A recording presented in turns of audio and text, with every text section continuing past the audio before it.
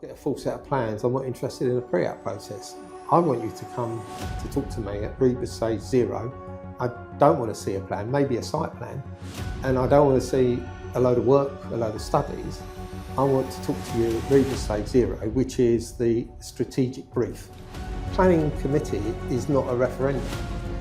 And yes, people should comment on applications, but how many people comment is not a material planning consideration.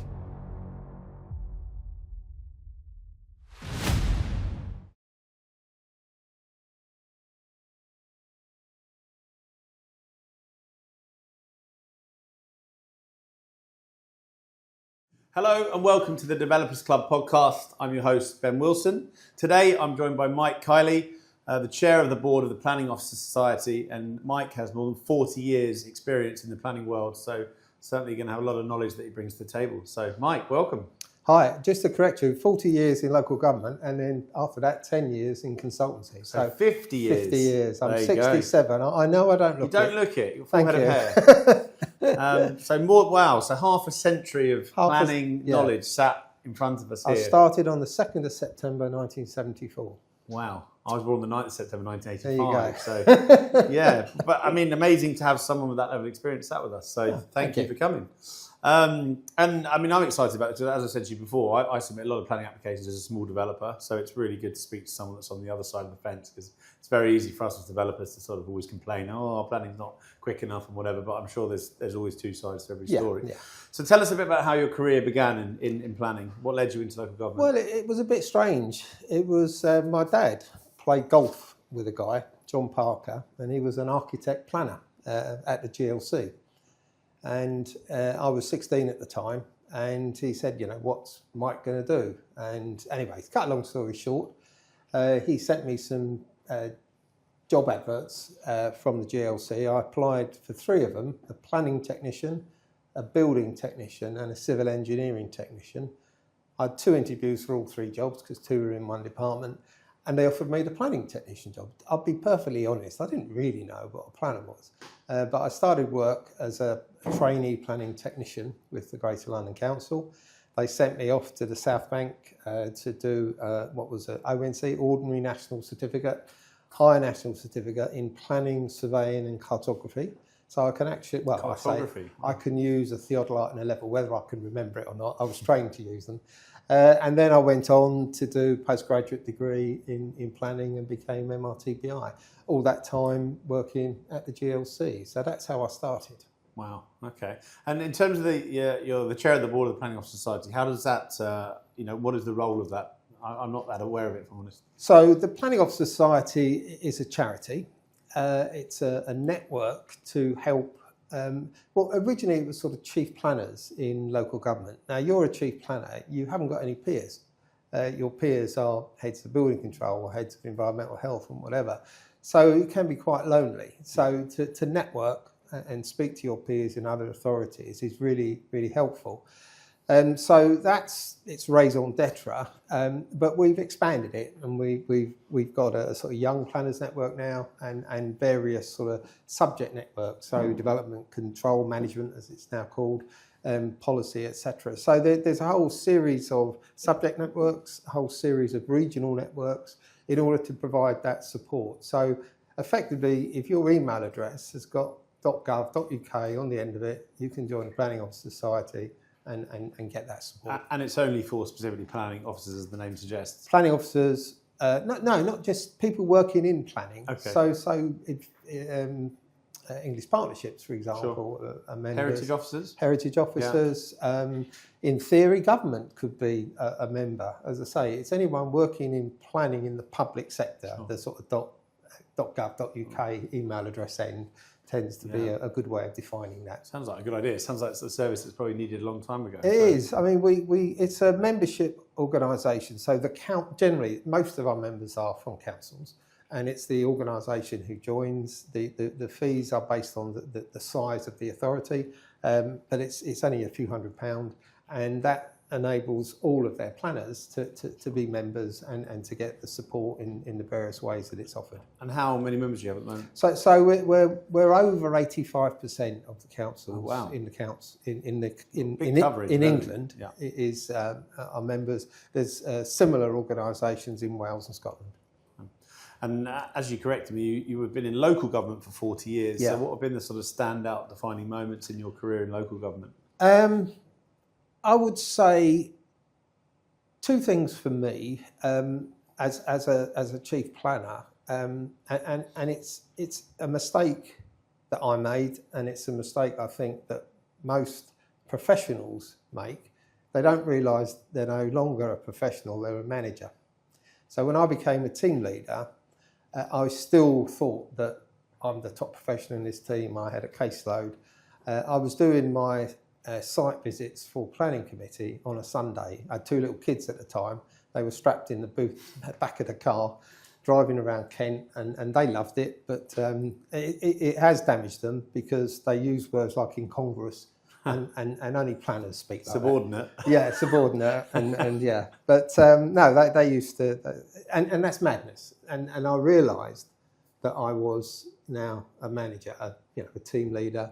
And reset that. And as part of that process, I was thinking, I was learning how to be a manager through going on day courses and training events. And if I'd have learned to be a planner like that, I don't think I'd have been that good a planner. So I took the decision to do an MBA, and that was quite sort of... Where did you do that? I did it with the Open University. Okay. It was really good. Worthwhile? Because I've always wanted to do one. Absolutely. Just finding the time to do I'd it. recommend the Open University. At the time, they were the only one offering an MBA that through distance learning that was accredited. I forget what it's called now, the Association of MBAs or something, because there's a lot of duff MBAs out there. And yeah, that was really good. You have to find the time, and it's not easy, but it's quite worthwhile. Yeah, absolutely. And in terms of the local authorities that you've been Chief Planning Officer of, Croydon and Tower Hamlets, two areas that have got a huge amount of development ongoing. Yeah. So what have been the main achievements in those two areas, do you think? There's lots, but I would pick on two, one in each. Wood Wharf in the north of the Canary Wharf, the Isle of Dogs. So you've got Canary Wharf is on the north western side. Wood Wharf is the lump of land on the northeastern side. At the time, it was derelict warehouses and canals, etc., sort of docks. And the proposal was to build, I think it was 6 million square foot of offices, just shy of 2,000 homes, a new park, a new high street, effectively, over 2 floors, a new canal to connect to the docks for navigation purposes. So it was a big development. And we were working with Rochester and Harbour and their architect. I don't know if you ever come across him, Mike Davis. I know the name. Yeah, he was absolutely brilliant. He looks like Father Christmas. He's obsessed with red. His pen's red, etc., etc. He's got a beard, but brilliant architect. And we were doing an awful lot of community engagement. And there was a school on the island. I think it was St George's. I can't remember now.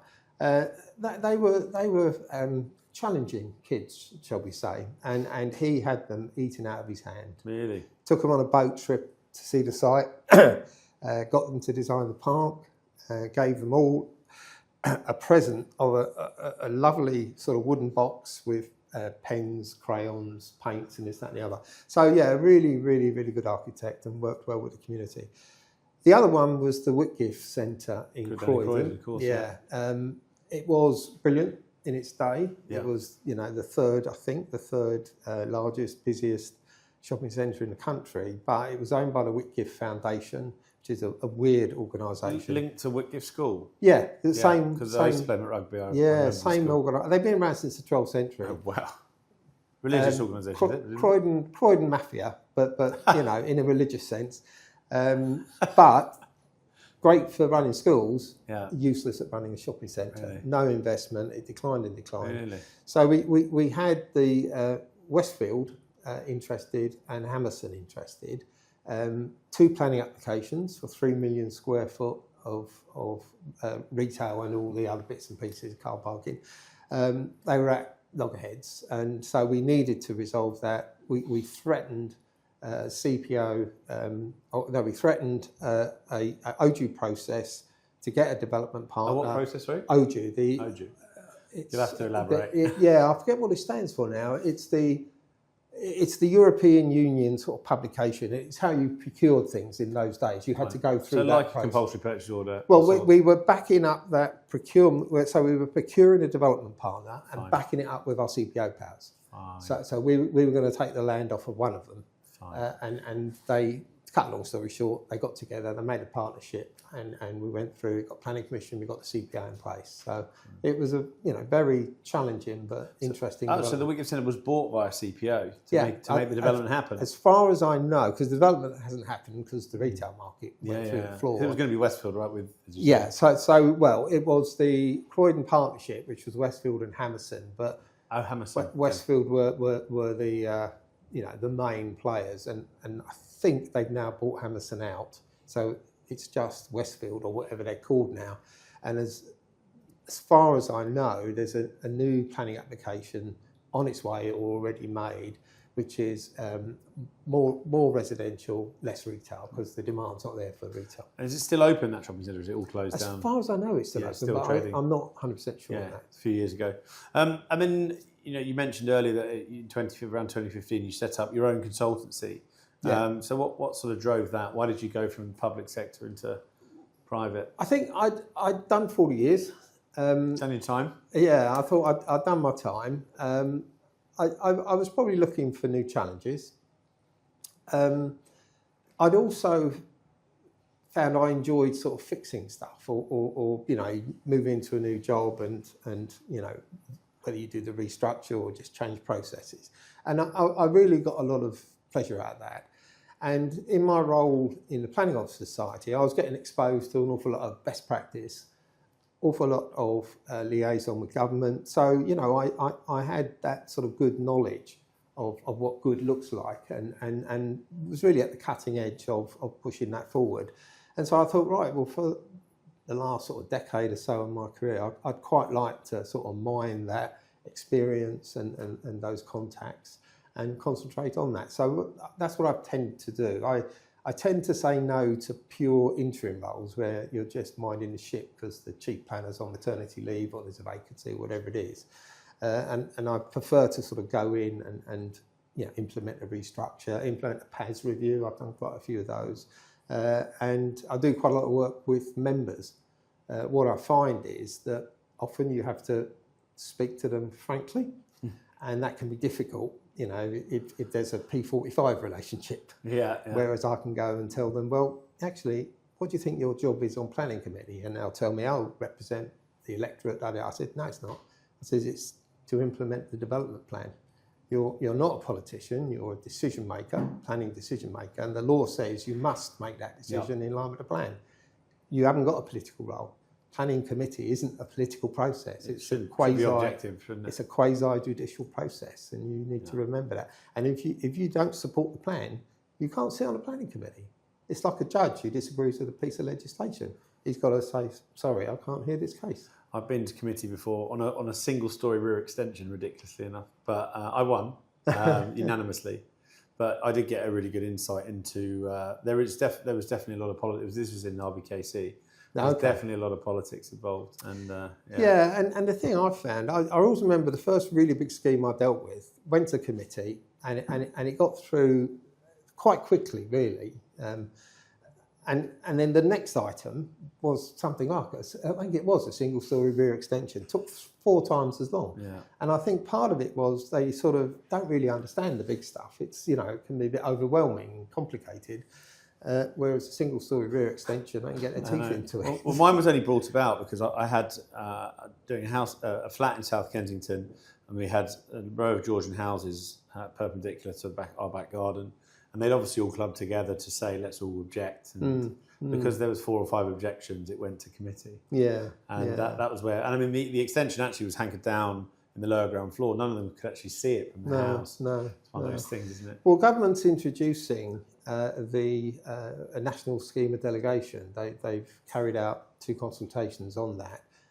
The first one was pretty appalling, actually. It was clearly written by people who hadn't much experience with planning committees, but they did listen. To be fair, they listened to us and the private sector, and their proposals that they put out are actually really sensible. But one thing I urge government to do, well, what will result from those proposals, hopefully, is that scenario won't happen again. So for the bigger things, it doesn't matter how many objections there are, and there'll be no call-ins. That seems to be the direction of travel, which is right, because planning committee is not a referendum. And yes, people should comment on applications, but how many people comment is not a material planning consideration. If you make a good objection and you're the only one, that's still a good objection. Just because one person has made it doesn't diminish it. Whereas if you make a rubbish objection, this is going to reduce my property value or something, or I'm going to lose a view or whatever. The fact that's repeated 100 times, 1,000 times, doesn't improve it. Well, I was going to. So it's what's said that counts. No, you're absolutely, and I think something I've learned with one of the biggest stresses being a small developer is dealing with upset neighbours and sometimes they're justified. We make a lot of noise. We cause dust and disruption. Yeah. But a lot of the time they're not justified. And one thing I've learned from it is that a lot of people will submit objections that just I know what the planning officer will ignore anyway. Like you say about views and so on and property values, they're not relevant in planning terms. But no. People write these great big long letters, and actually a lot of it, I read them, I think, well, actually, I know the planning officer is going to disregard that. Some people write really clever things and they have a daylight survey carried out or whatever. You think, oh, well, they know what they're doing, and that's more of a problem. But it's interesting what you say. Well, I think there's another aspect to that we're pressing government on, and we're calling it stick to the knitting, because you say stick to what, sorry? Stick to the knitting. So you say. Noise during construction, it's not a planning consideration. It shouldn't be. Sure. It should have no relevance whatsoever. And there's loads of examples of that, and we set it out in a document that's on our website. That the government should. The MPPF sort of says that you shouldn't take those things into account, but it's a sort of sentence, and you could lose it. It should be much more prominent with an appendix that gives the examples. And even government has got, I think one of the PDs for office to residential has a requirement for a construction management plan. I don't think they're relevant to planning. And the stupidity is that for that development in the general permit development order, you require it, but for all the other developments, which are going to have just the same impact, that condition isn't there. You don't need so it. Even government are not very good at this. So someone's put it in somewhere along the line, it's stuck. Someone thought it was a good idea at the time, but they haven't really done the job properly. No. And just going back a little bit to, we were talking about Tower Hamlets and Croydon and some of the big developments you've done. And what sort of lessons have you learned from those? You said what your favourite ones were, but what have you learned from those big projects? So I started it in Tower Hamlets, but the politics there was a bit lively. It's even more lively now, but I refined it in Croydon. So I'm strongly of the view that, well, 2 things. One is the pre-app process is absolutely vital. And the pre-app process should mirror the REBA design stages. REBA stage 0, why it starts at 0. Architects designed it, so that's why. All the way through to REBA stage 7. Planning comes in REBA stages 2 and 3. And in a sense, you need to understand the process of design. And a lot of planners don't. They don't. I've heard chief planners say, well, unless I get a full set of plans, I'm not interested in a pre-app process. I want you to come to talk to me at REBA stage 0. I don't want to see a plan, maybe a site plan, and I don't want to see a load of work, a load of studies. I want to talk to you at REBA stage 0, which is the strategic brief.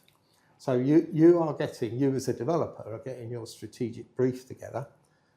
I've got a strategic brief, or my council has a strategic brief. It's not just the planning policies, but it's a sort of wider corporate aims regen strategy.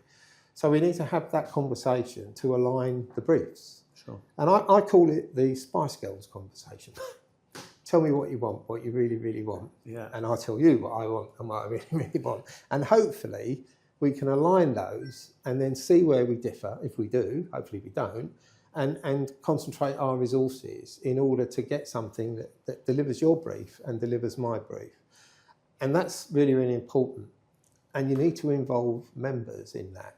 At that early stage, it's high-level members, the political leadership, the cabinet members, the leader and whatever. On those big schemes, they would be involved. So you can hear from the leader, what they're after in that part of their borough. But as we go through the process, and we got, say, what I would call a sort of rough urban design stage, I bring it to planning committee. And then when you're ready to submit, or just before you're ready to submit, I bring it again. So they see a draft scheme and a detailed scheme. And that planning committee's role is to tell you what they think. Despite what the lawyers say, and I had a massive battle with the lawyers in Croydon introducing this. Luckily, I had the chief exec, who was John Rouse, who was really, really good. He had my back. And my argument was, you're concerned that they're going to be predetermined. I agree. Predetermined means they got a view on the scheme as a whole. I want them to be predisposed to good design, delivering their affordable housing policies, etc. And that's perfectly acceptable. So they can say that I like or I don't like the height of this building. That doesn't mean if it's unaltered that they will refuse it or otherwise.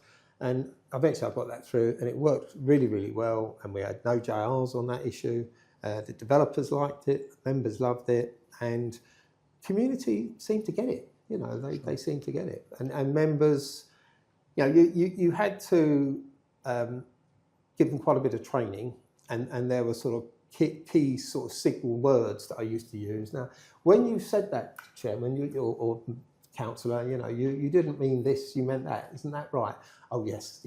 So you have to keep them on the straight and narrow. But it's not that difficult. And the simple thing I used to say to him was that you can have a view on the aspects of the scheme, but not a view on the scheme as a whole. Keep that in the back of your mind, and you'll be fine. And it meant the stuff went through a lot more smoothly. And what percentage roughly of planning applications are passed through, would you say? So I'm putting you on the spot. Yeah, here. no, it does. Roughly, it does vary. 2/3. That get approved. Yeah, it's up near 90. Really? It's 80-90%. Yeah. It does vary in different places. In Croydon, actually, when I joined Croydon, they had quite a high level of applications being refused and going to appeal. I think the average appeal number is about 5% of your decisions, and it was about 9%, and quite a lot of member turnaround. So that was part of the challenge to do that, which we achieved. But Croydon looks so different now. I mean, it's like it's being in Dubai almost. So many, in a nice way. There's so many lovely new build buildings that have gone up. Well, I remember having the conversation with members, and we had quite a high housing target, and I broke that down, and I did a diagram for them that was Croydon as a circle, the green belt was another circle, and then this was the area which has got development and you can develop in. I then took the mayor's density matrix for inner London, outer London, suburbs, etc., and drew, I think it was 27,000 homes was the target over 10 years, and drew a circle at those densities. And you could see that, and also I drew the Victorian sort of northern suburbs, around Crystal Palace and places like that. Then the sort of Edwardian interwar sort of stuff, and then the sort of 1970s cul-de-sac. And these circles were getting bigger and bigger. And so, look, I said, if you want to build stuff like that, we're going to need a lot more land. Whereas if we build it like that, and that was a much, much smaller circle, we don't need so much land. So what sort of development do you want to build, And it was a no-brainer. I think it suits people, doesn't it? It's about getting them to understand the choices that they got and the implications of those choices And then you get their mind in the right place so they can make sensible decisions. And I always remember the discussion in Purley, which is, hardly central Croydon, but that was our worst performing town centre, basically because they used to get in their BMWs, drive to Tesco's, fill up the boot and bugger off home and not go into the town centre and not go into the evening. And I said, look, we're proposing, I forget the number now, but something like 10,000 homes, I forget the exact number. And I said, this is going to bring footfall into your town centre and it will improve. So the bars and restaurants and cafes that you like are going to have people living nearby and using them. And I said, but we're going to have a few towers. And they were up for it. I mean, they weren't massive. I think about 14 stories. A couple of those have been... by these days, isn't it? Yeah, a couple of those have been implemented. But they understood that, A, there was the need for the housing, B, the options in terms of land take, in terms of different densities, and see the benefits of increases in population to the vibrancy of their town centres. But often people don't, there's a lot of NIMBYism in the UK. I find a lot of people, I don't want that near me. People don't understand the depth of this topic and how many different factors there are at play here. Like you say about, they might say they don't want something built behind their garden, but then they also complain that there's no one in their pub or there's no one, the shops are closing. Well, they're closing because you've got no people there. And their kids are still living with them because they can't buy a house. I mean, I always start that conversation as every single house in this country or its predecessor was built on a green field. Unless you live in a cave, your house was built on a green field, maybe 10 years ago, 100 years ago, 1,000 years ago. So the conversation is, once we've sweated our brownfield assets, is what's the next greenfield we build on? Not whether we build on a greenfield or not. That's the challenge. Sure. Well, before I came here, I was actually flying because I'm learning to fly. Okay. I was flying over Hertfordshire, and it's interesting when you're 2,000 feet up, you can see everything. There is a huge amount of land. I know a lot of it will be greenbelt, you can't build on it. But I think there is also a lot of land that could be repurposed if it was done in a nice way. I agree, and I think we've sort of broken the debate, and the proposals of grey belt I don't think are helpful. No. What we've pushed for is that you should have a proper standard method. The current one isn't. It's a proxy, so it's based on housing numbers that exist. So Kensington and Chelsea have got a ridiculous figure because they've been building at high density for the last 300 years, And Tower Hamlets, who have the capacity, the standard method reduced their number. So it doesn't really work. They've got a lot more land, haven't they? I mean... Well, exactly. And what I think we need to have is a proper method that's based on the demographics, births over deaths. And we got that data. Migration, which is more about migration around the country. You're born. My kids were born in Kent because we moved out of London to get the garden. They went to university. They got flats in London, and they're now buying houses in London or flats in London. But when the kids come along, as my son's got a little daughter, they're now looking. So that movement in and out, lifestyle sort of movements is most of the migration, and economic migration, people moving where jobs are. But the third element, which we never used to do very well, and I think that there are things you can do to understand it, is the hidden households. I was going to say 18-year-old, 38-year-old probably still living at home with mum and dad or sofa surfing and whatever. So that we have, because part of the conversation, as hinted earlier, with communities, with politicians, part of it is intellectual, you have to have the numbers, etc. Part of it's emotional. Getting them to... A lot of it's emotional, isn't it? Well, yes. But on their side. It can be. But getting them to understand that these aren't just numbers that government has given to us that are meaningless. I was going to use the BS word there, but That's right, you can. All adults listening. They are people. Yeah. They are people who need homes. And I had this very same conversation with the politicians in Croydon. So I said, 85% of this number are your kids and their kids. So do you want a conversation about how we house your children? Very different from, well, we got this number from government. We all know it's bullshit. If we don't meet it, government puts us on the naughty step. So what are we going to do? They're going to act like children, and get all upset. So I think you need that. The other side of that coin, though, going back to the sort of greenbelt issue, is that the MPPF should say you have a duty. I'm quite happy for it to be a legal duty to plan to meet your housing numbers.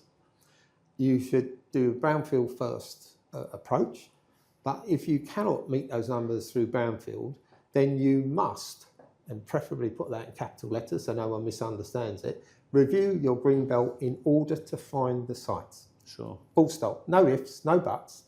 You must. And that doesn't happen at the moment. That doesn't happen at the moment. But the thing is, there's greenbelt and there's greenbelt, isn't there? There's greenbelt, which is next to a great big motorway, for example, which is much less attractive, and there's beautiful rolling hills that are stunning, and you would never want to touch. You're fundamentally wrong. Am I? Good. You're fundamentally Tell wrong. me why. So the greenbelt, when it was introduced between the wars, was just London, and the LCC was the council at the time, and it was the LCC buying land in order to have a narrow belt or publicly owned land around London that would stop it sprawling and provide an amenity. So things like Epping Forest and that were purchased during that time, and they purchased, I think, something like 20,000. I can't remember if it's acres or hectares, so quite a lot. We had the war. Obviously, they stopped doing that. We then had the 47 Act, and initially that greenbelt around London became the modern greenbelt. They should have changed the name to the urban containment zone, because that's what it is.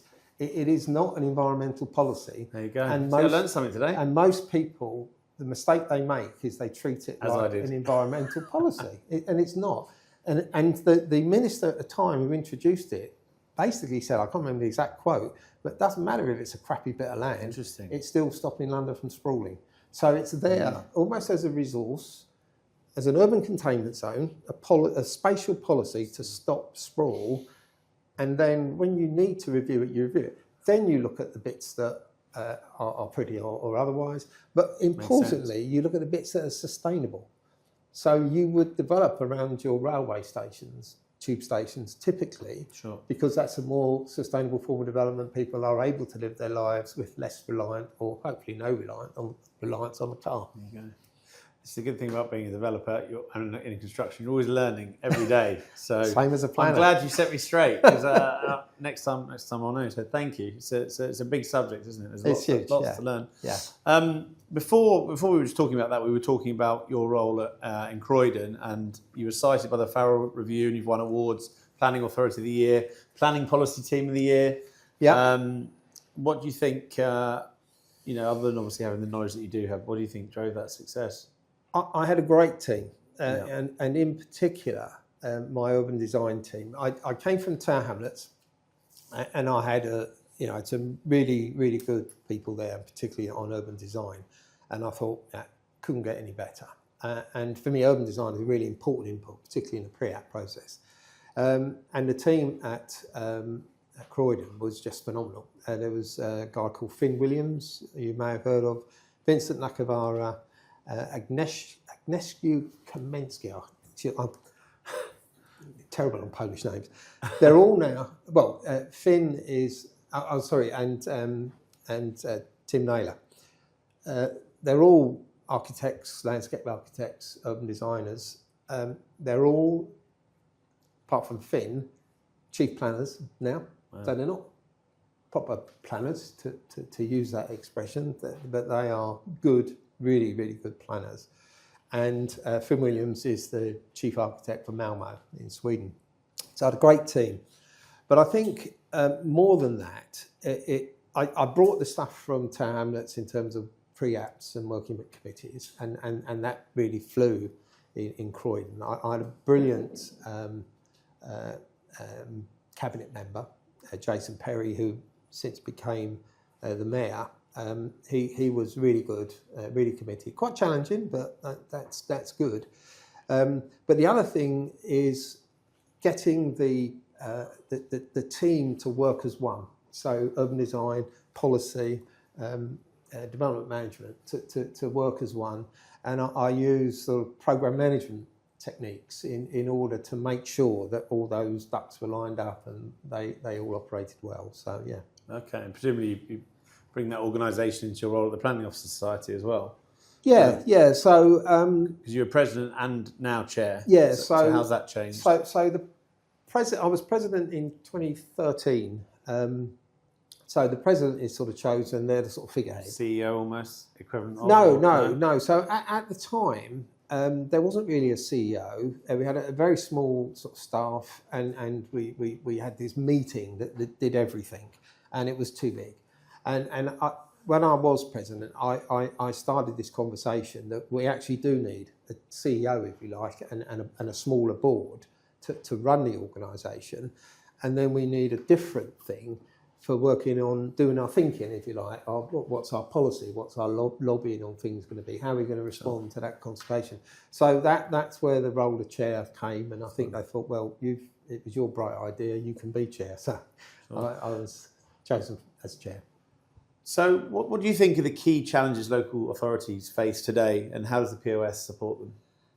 Well, the current government has got a big agenda, so there's quite a lot. I'll focus on a few. I mean, for me, the biggest challenge, and it's often the core of a lot of criticism, is resourcing in local government. So local government have been hit for nearly 15, I was going to say 10, but it's nearly 15 years of cuts across the piece.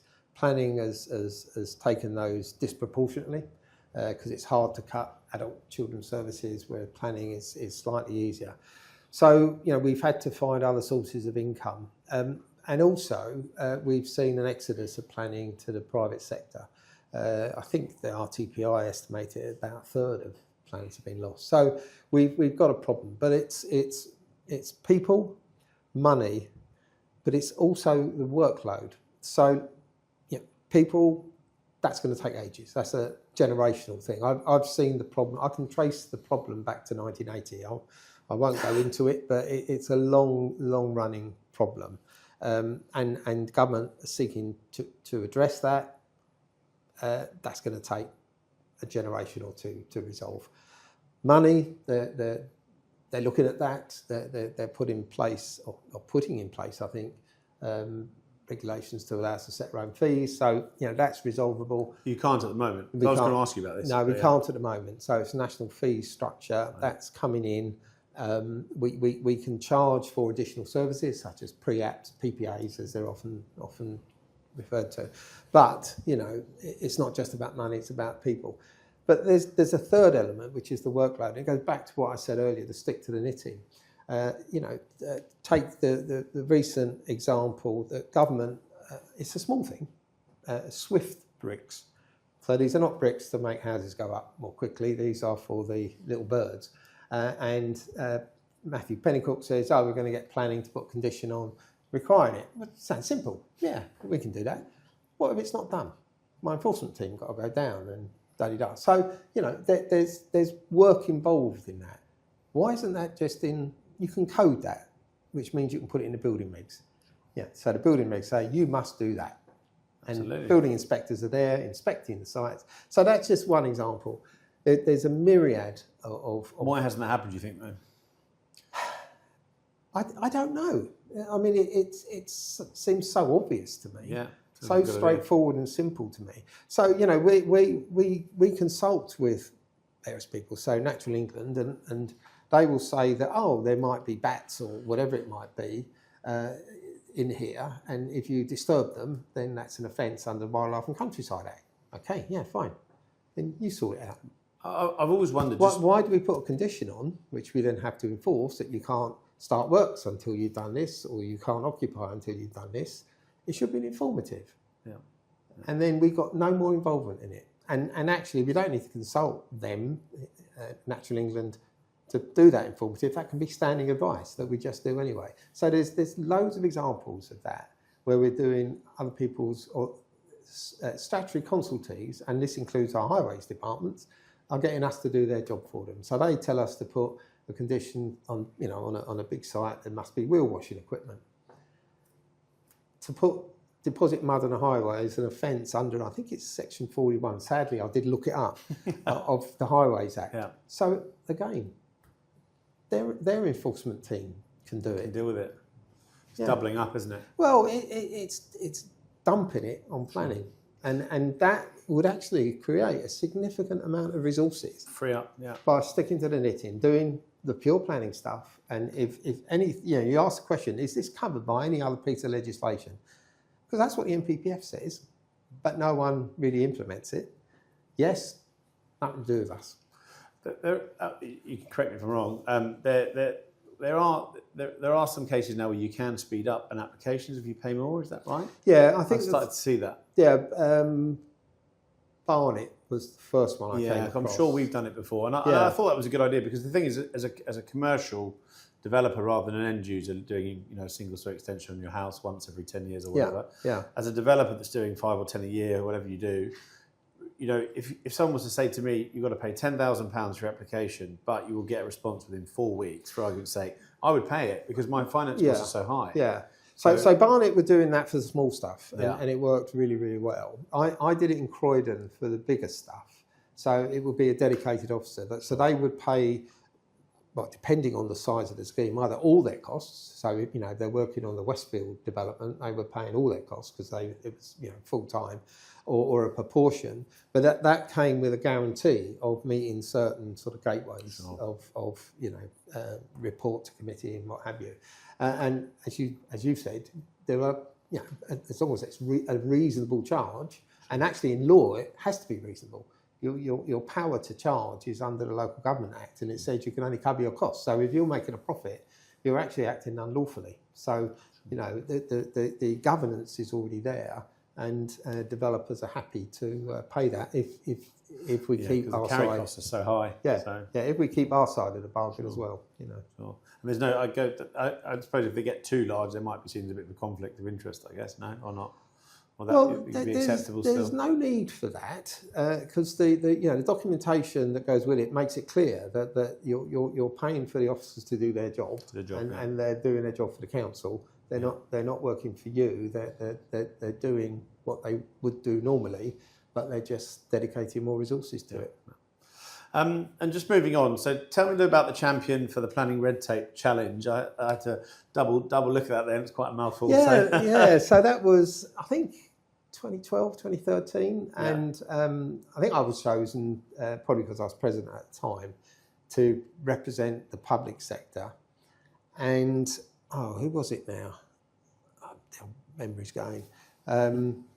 He used to work for Savills, he now works out on his own. Anyway, he was representing the private sector. So the Red Tape Challenge was secondary legislation to look, and it was done sector by sector. So, all other parts of work got looked at. So this was planning. And it was, okay, what can we get rid of? What can we simplify? What's out of date? What's never used, etc. So our job was to go around and sort of G up the sector. So we met the public sector, we met the developers, we met the sort of planning consultants, we met the Bar Council and whatever. And Roger Heifer, so what myself and Roger took away from it is that actually the sector was pretty much on the same page on 80-85% of the issues. They all wanted to do a good job. They all wanted to do this, all wanted to do that. And the sort of classic portrayal that government often does of, the public and private sector being polar opposites just wasn't true. And what came out of that was POS worked a lot more closely cross-sector. So we still work really closely with the British Property Federation. We have a joint conference every year. We have joint meetings fairly regularly, and where we can, we put in joint responses on government consultations. Doesn't make much difference to the outcome, but absolutely. And I think we've talked a lot about sort of what's happened in the past and things you've dealt with and schemes you've dealt with. But I mean, looking ahead, what's next for the Planning Office Society, and how do you think you're going to improve local authority performance? So the most recent initiative is actually a cross-sector initiative that Rob Bristow, who was president, he's chief planner at Lambeth, has headed up. We called it the Planning Alliance. So it's planners in the public sector, planning consultants, and people like British Property Federation. Savills are in there, lawyers, legal firms are in there, and they're putting money in. And so we've got a project manager who's pushing this forward. And the idea is to do what we can to boost resources in the public sector, to give it a better profile, to attract more kids to do, I say kids, university graduates to do planning, etc., etc. The other thing is, the big thing coming down the road is local government reorganisation and devolution with the reintroduction of regional planning. A good thing. You think it will be? I think it's the right thing to do. For what reason? Well, I always remember. Do you remember the Millennium Bug? I do indeed. Yeah. So I was working at Maidstone at the time, and the Millennium Bug was looming large at the end of the 90s, and I had to get someone in to look at our systems in order to deal with that, because Maidstone, which isn't a small rural district by any stretch, it's the county town, etc., just wasn't big enough. I moved from there to Waltham Forest.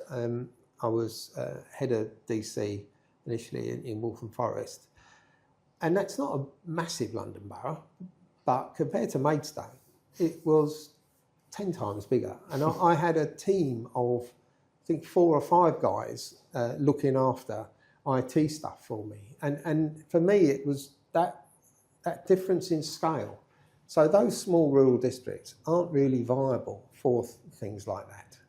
And therefore, to have larger authorities, and they're talking of authorities being at least 500,000 population, which is about the size of Croydon. Croydon's about 450,000, probably more than that now. Is about the right size. You don't want them too big. You don't want a Birmingham. That is far too big. 1.5 million, I think it is, population. So it's about getting them to be the right size so that they're viable. They can have my policy team in Maidstone, 3 lovely people, but just weren't able to do the job because there wasn't enough of them. And any time they needed any specialist knowledge, it had to be brought in. Whereas in Waltham Forest, I had 15 people in my policy team and specialists in certain areas. So, you do need to be of a certain size to be viable. Economies of scale, yeah. And you then need that larger level that doing the regional planning. And that's not planning in terms of a local plan, that's more economic planning. So, sort of, what are we? How do we make a living? What's our most important environmental features? What's the problem with the population in terms of employment, wealth, etc., and how can we fix those things? Where do we need to put the investment? Where do we need the new rail line to go? And do we need that motorway extension or whatever it is at that much bigger scale?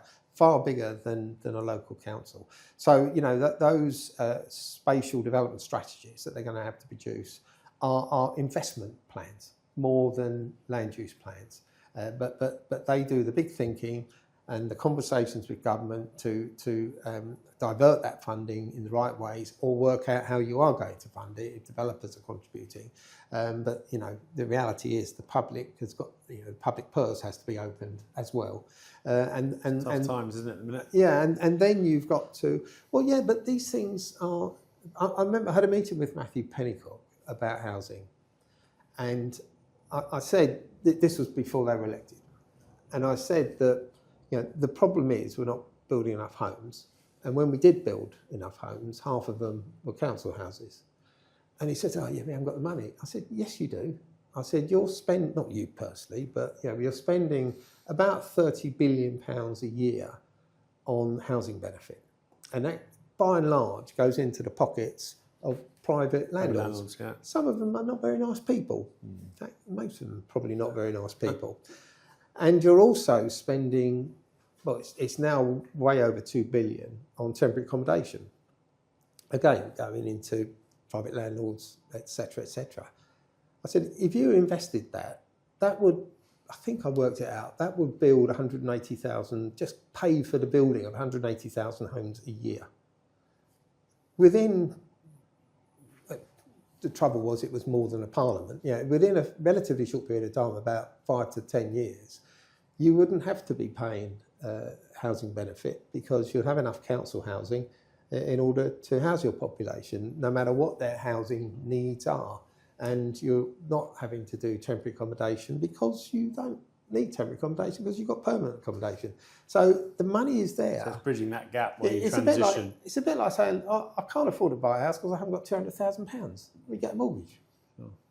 And it's a sort of... Well, the government can package debt up as it needs to. It can take big tranches of money. So it is an investment to save in the future. Sure, that makes sense. And Mike, listen, if we've got any planners or chief planning officers listening who are trying to deliver at scale, what would your advice be to them as a sort of... I think for me, it's know your patch. And one of the things that worries me is this sort of working from home stuff.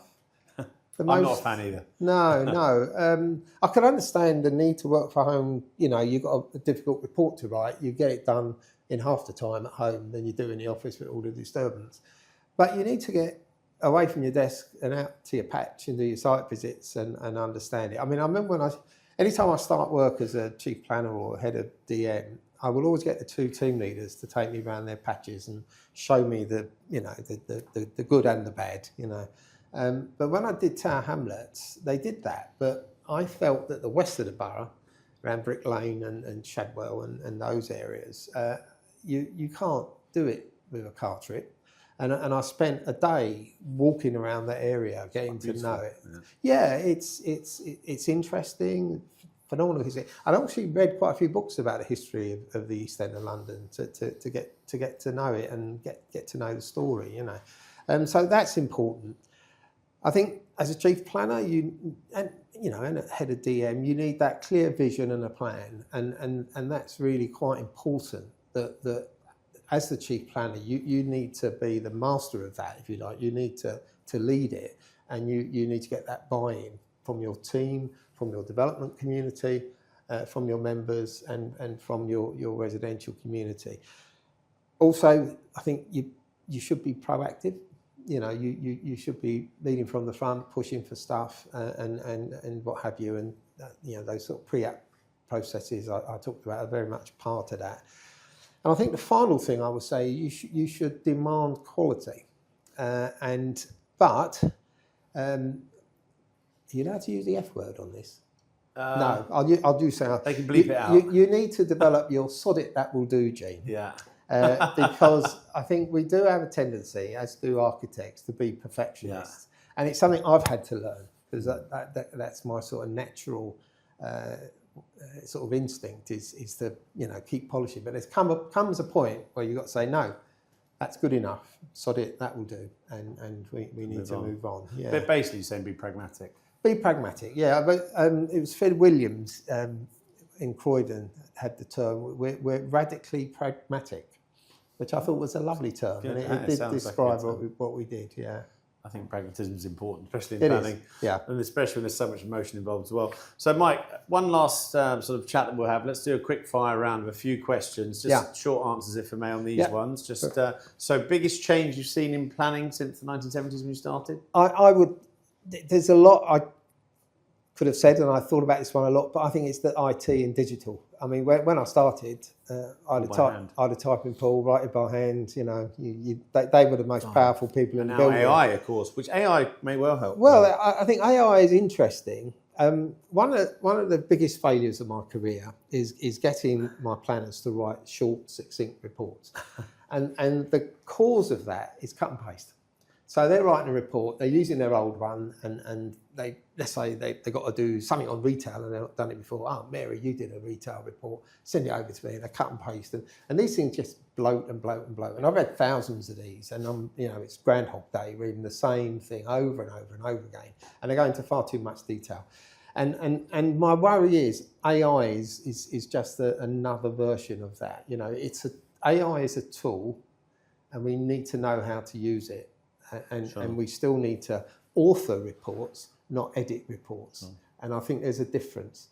A report that's authored, written afresh, and is well written is a very different thing to something that's just been edited.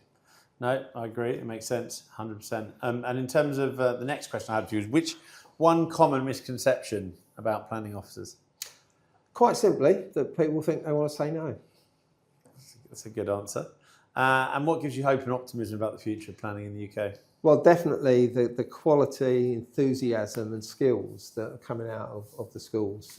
The young planners that I've come across are brilliant. And so I'm very optimistic for the future. And one last question, which would be to your younger self, what advice would you have given back then that would have helped you?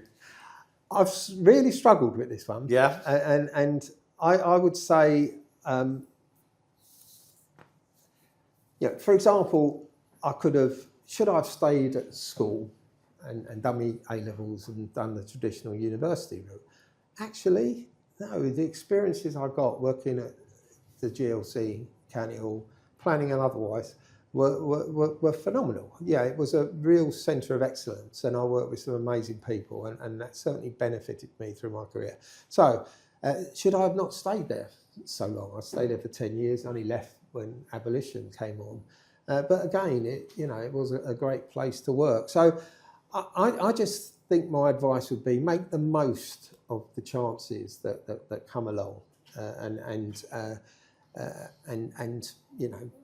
say yes like the planners. Live in the moment and say yes like the planners. Yeah. Well, let's leave it on that. I think, Mike, thank you very much for joining us. It's been a pleasure. Thank you.